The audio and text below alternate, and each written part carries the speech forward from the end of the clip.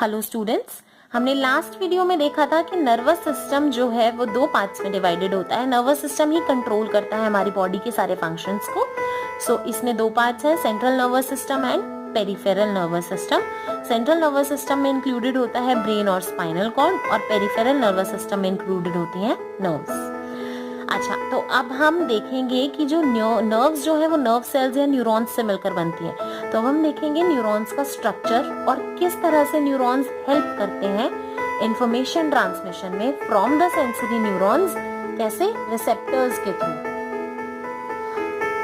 ठीक है, कैसे रिसेप्टर्स ने जो इंफॉर्मेशन ली है उसको सेंसरी न्यूरॉन्स ब्रेन तक पहुंचाएंगी, और ब्रेन या स्पाइनल कॉर्ड तक, मतलब सेंट्रल नर्वस सिस्टम तक, और वहां से इंफॉर्मेशन वापस से मोटर न्यूरॉन्स के थ्रू मसल्स तक आएंगी। ये पूरा जो ट्रांसमिशन है वो कैसे होता है वो हम लोग अभी देखते हैं। अच्छा, तो एक न्यूरॉन जो होता है,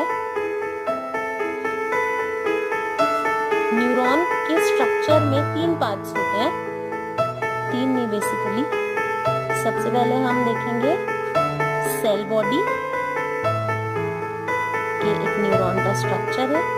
जनरल छोटा सा स्ट्रक्चर बना रही हूँ, सिंपल सा। ये इसके डेंड्राइट्स है,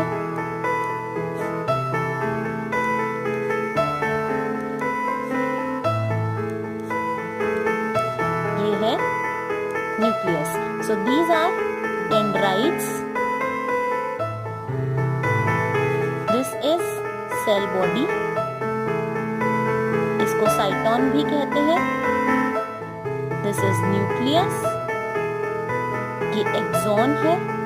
एक्सॉन जो है वो एक माइलिनेटेड शीट से कवर्ड होती है।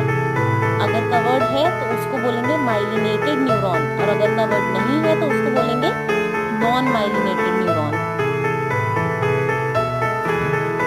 ठीक है, and these are nerve endings.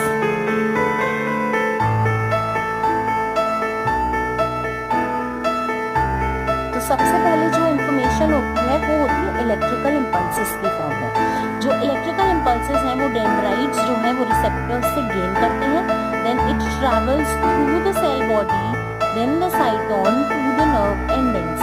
ठीक है, एक नर्व सेल में ट्रांसफर हुआ, अब एक नर्व सेल से दूसरे नर्व सेल में जाना है तो कैसे जाएगा। ये जो एंड पोर्शन होता है, इसका हम एक जूम्ड वर्जन देखते हैं। ये कुछ इस तरह का होता है।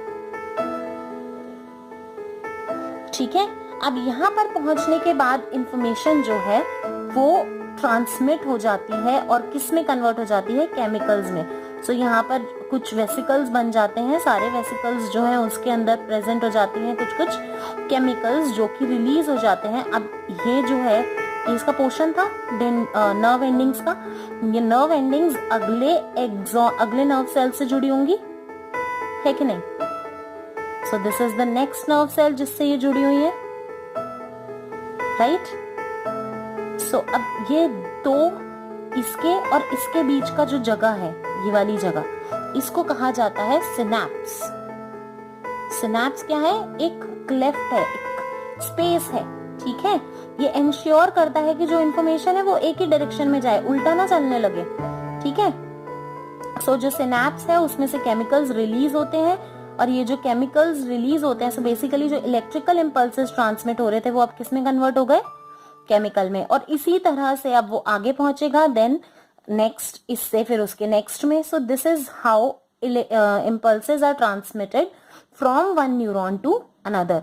इसी तरह से रिसेप्टर्स से लेके इफेक्टर्स तक इंफॉर्मेशन पहुंचती है। पहले रिसेप्टर्स से जाएगी सेंसरी न्यूरॉन्स के थ्रू सीएनएस तक, मतलब ईदर ब्रेन और स्पाइनल कॉर्ड। वहां पहुंचने के बाद जो है वो इंफॉर्मेशन इंटरप्रेट होती है। इंटरप्रेट होने के बाद उसे किस तरह से रिएक्ट करना है वो चीज फिर मोटर न्यूरॉन्स या मसल सेल्स इसी तरह से इंफॉर्मेशन लेकर जाएंगे और मसल्स तक पहुंचा देंगे, and then we react in a specific way.